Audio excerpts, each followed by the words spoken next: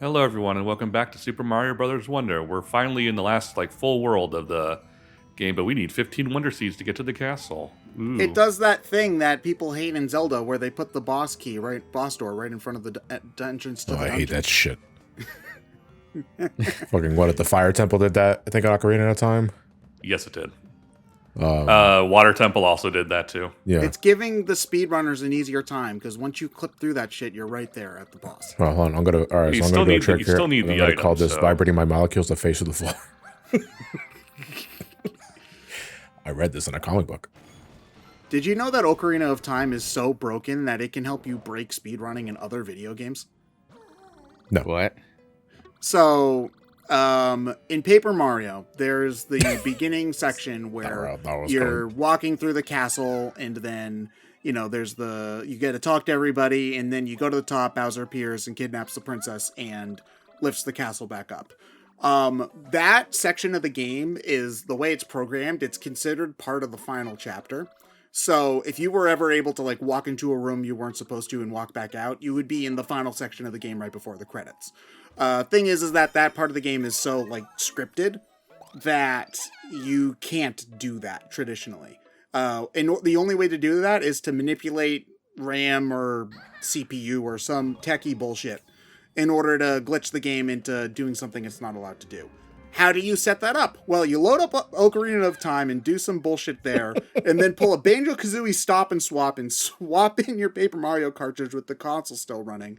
And then, when you do that, it'll allow you to break the game and then skip straight to the credits from the beginning of the playthrough. I'm assuming this is only possible with, first gen N64.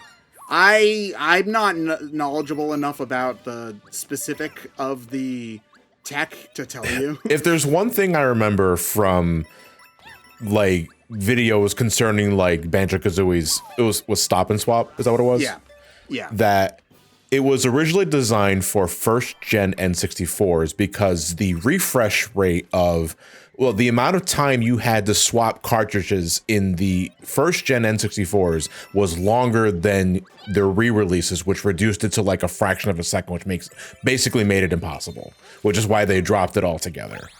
I'm pretty sure that this can all be done with emulators because a lot of this speedrunning. Oh, emulating, I think then it's a non-issue. Then I'm talking from actual hardware. I know that you can do it on real hardware. I just don't know if it needs to be an old N64. But if you want that world record, you'll buy whatever model of N64. So you have to play Ocarina of Time to a specific thing to be able to fuck with Paper Mario to a point where that's funny, actually. You know, that reminds me, it's not a speed run per se, but it's the minus levels of the original, I think it was Mario Brothers or Lost Levels, you gain access to by swapping the cartridges from, I think, tennis.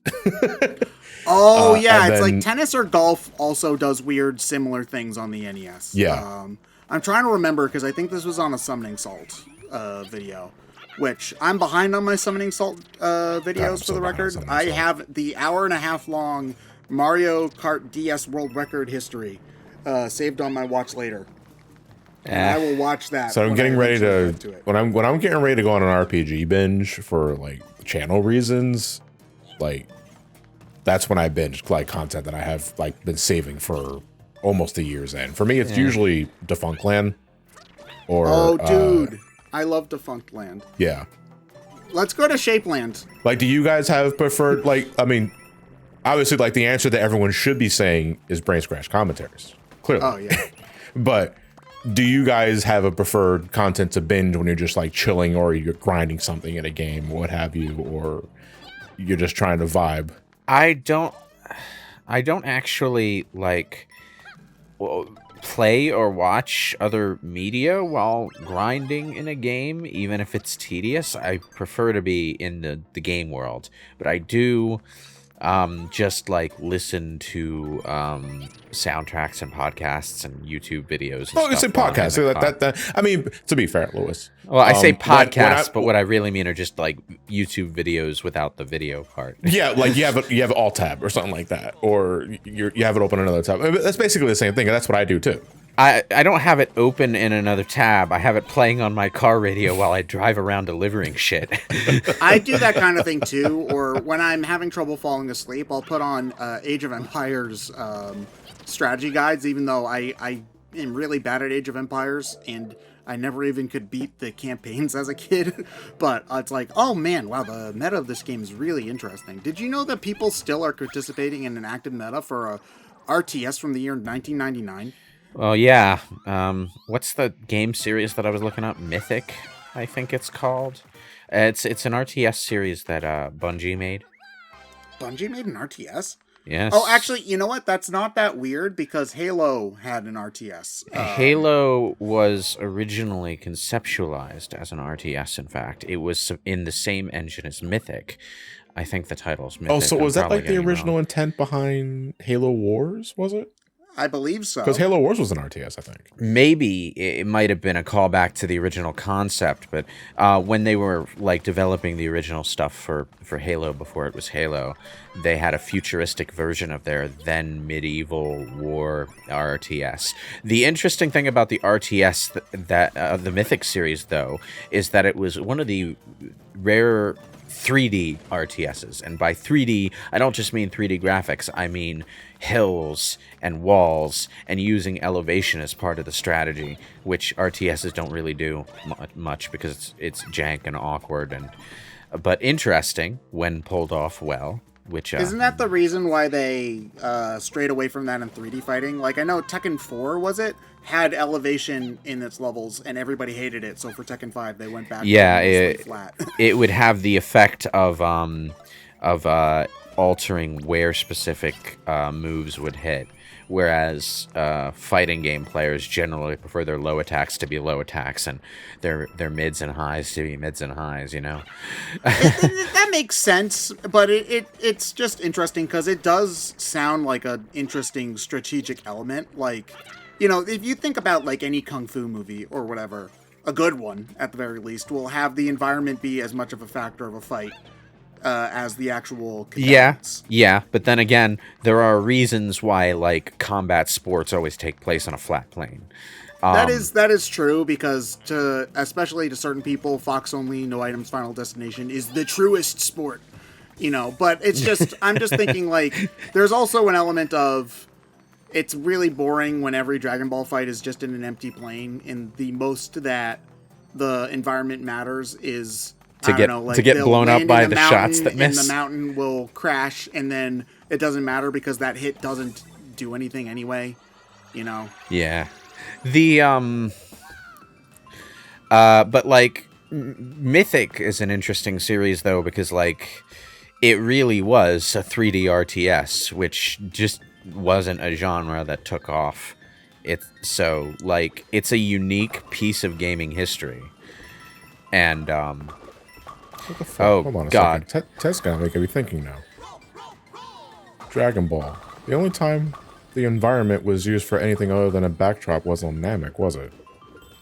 Because was it even used for anything on Namek? Yeah. Because like the reason, the example I'm thinking of is Frieza trying to drown Goku, like in the water, like that, like legit as a straight up environmental hazard. Obviously, Goku breaks out of it, and he like. But he almost fucking passes out because of it. I'm stupid. I was calling it Mythic, but it's just Myth. Okay, Myth the Fallen Lords. There Mythish. We go. I was close. I had the title almost right, but Mythic is like I don't know why I they have a member tier called That's Mythic for their website or whatever. But yeah, Myth. Myth is a good game. You should play it. Is it on GOG? Probably. No, in fact. Actually, I think it's currently just abandonware that hasn't been brought back in any official capacity in years. Let me take a look here. Let me just double check that. Myth RTS. Myth the Fallen Lords is the full title. Is it on Steam? You can get a physical version, it looks like, for not too much. Hang on. Hang on. Yeah, Hang they're on. literally one of the first things that I'm seeing here is myth abandonware. So. Yeah, the only like GOG thing that comes up is like a list of community posts asking for it to. Wow, there's a lot of posts about Myth the Fallen Lords from this year on this thing. Okay. I wonder if somebody made a YouTube video about it. Because it's really quite interesting. Someone actually did. Let me find the video so I can recommend it. But that's how I found out about it. It's a long video essay by a channel that specializes in long video essays, though. Okay, Myth the Fallen Lords. Is that what I have to do for people to buy Codename Steam? Is make a 2-hour video essay about how you've been on this campaign for over 10 years. Dude, it's so. First off, it's only been like 8 or 9. All right, the game came out in 2014. Second off, it's so good though. It's like 2014, $7. 10. It's 2024. It's been 10. Okay, so the video that I found it from is Myth the Fallen Lords retro reviews by Mr. Edders123. Just about like the easiest screen name to remember, Mr. Edders123. Came out March 13th, 2015. I've still got another like 6 months. Yeah. Until it's 10 years old. I'm not old. It's fine. Don't worry about it. My back doesn't hurt. Ted, I think all the steam is gone. Dude, it's so good. It's like a $5 game. It's the best game Intelligent Systems made on the 3DS, and I will die on that hill. Which game? I'm sorry, I was looking up. Codename Steam. Yeah. I personally think it's better than, at the very least, the non-Awakening Fire Emblems. I know that like hating Awakening is the cool and hip thing to do now because it ruined Fire Emblem and made it for the casuals or some shit, but no, Fire Emblem Awakening's great. I'm not really sure why Awakening gets the credit for that. Awakening still has actual permadeath without time rewinds.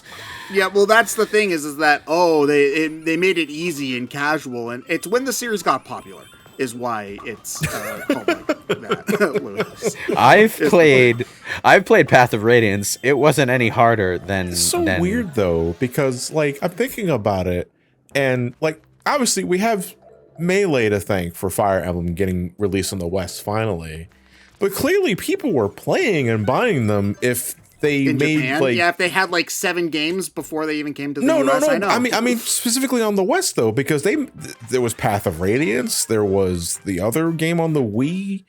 You know, yeah, but you have to remember, John, that so when Path of Radiance and the Radiant Dawn did come out on GameCube and Wii, but they did terribly. As did the Shadow Dragon, which is the remake of the first game. Which isn't good, by the way, so there's a reason it did bad. So the remake of the third game, which is a fan favorite in Japan, never came out in the West. And it was considered a minor miracle that we got Fire Emblem Awakening at all. So the fact that if Awakening didn't do well in the West, it was going to be basically considered like, you know, the deathbed for the series outside of Japan. That's just like a poster child example of companies not knowing how to understand their own analytics. Because like, okay, the GameCube doing poorly as an RPG machine, that is not news to anyone who knows what that console's audience was like. It had a bunch of fantastic RPGs that did shit because the PS2 was the RPG machine. Okay. Yeah, you know, it's not even they're just not like your typical what you think of as an RPG. Like Tales of Symphonia is an action RPG. Paper Mario is an action RPG. You know, Fire Emblem is a strategy RPG. There's a handful of others too, but it's one of those things like, it's one of those things where it's like, nobody thinks of the Sega Genesis as an RPG machine. It had plenty of good RPGs. It's just that people don't talk about Phantasy Star and Shining Force the same way they talk about Final Fantasy. They should. They should. They're damn good games, but, you know, it just doesn't happen because the audience wasn't there. The audience for the Sega Genesis back in the day was more of an action gamer audience. That was the audience they cultivated through their marketing. It was the action console with the blood and the guts and the occasional swear word. You know, slow progress toward an M rating, but Yeah, Ryan also brought up a good point in that Shadow Dragon was also not good, so that's part of the reason why it didn't do well. That too. And Path of Radiance, I think, was also just Fire Emblem was still really new in the West, but Radiant Dawn also didn't have a good reputation in the West because it was translation issue. Well, with the translation was wrong, and the easy mode in English is the normal mode in Japan. So everybody in the West played the hard mode and thought it was unfair and bullshit, which it is. Oh, DMC3. It also didn't help that the Dawn Brigade just sucks in general. So what translation issue are we talking about? okay, so the normal difficulty slider for Fire Emblem is normal, hard, and maniac. Oh, well, I know usually. that, but I thought you were referring to like something in the story. No, Okay. So when they translated it for the U.S. and Western markets for Radiant Dawn, easy was normal, normal was hard, and hard was maniac. So everyone chose normal, thinking it was normal difficulty, when in reality it was hard mode. Yeah. Okay. Yeah, that I knew about. I thought it was another translation issue. Okay. No. So it's a combination. So like, if the games were better, maybe they would have. It's not just a matter of Western people don't like Dragon Quest or don't like Shin Megami Tensei or don't like Path of Radiance is fantastic. Look, here's the thing that you need to understand, okay? A game's quality and a game's sales are two different things, and companies care more about the sales than the quality. Nintendo's not as bad about it as Konami, which, demoted Igarashi after the lackluster sales of Order of Ecclesia and Judgment just being bad. Well, I think that's because Nintendo understands that quality is not necessarily more important than sales, but there's two factors. The company's reputation, for one. Yeah, there's that. Also, generally speaking, people are more likely to buy a good game than a bad game. This is, one of those things that sounds obvious, but, it's not. Good and bad are also nebulous terms for this sort of discussion, I understand. But, if you give someone the choice between, let's say, I don't know, Sonic 06 and Sonic the Hedgehog 2, people would be more likely to play Sonic the Hedgehog 2 because it is a better game. There are obviously other factors at stake. So, generally speaking, making the best product you can will lead to more sales if you care about sustainability and all that shit. If you don't, and you just care about making the most money possible, then you'll just throw out shovelware, and it doesn't matter. The issue is that what we're talking about is whether a game comes to the West, not necessarily whether it's made. Sales and quality are two separate things. Again, for Castlevania, a lot of the source of that series' woes is just that even when the developers are making really good games, they often aren't recognized for that effort until years after release, and that impacts that impacts the company's decision-making process, because they don't want quality games that people buy years after release. They want quality games that people buy now. That's also where a matter of trends come from. So Castlevania is actually a really interesting example of that, because, again, a game can be very, very good and not recognized in its time.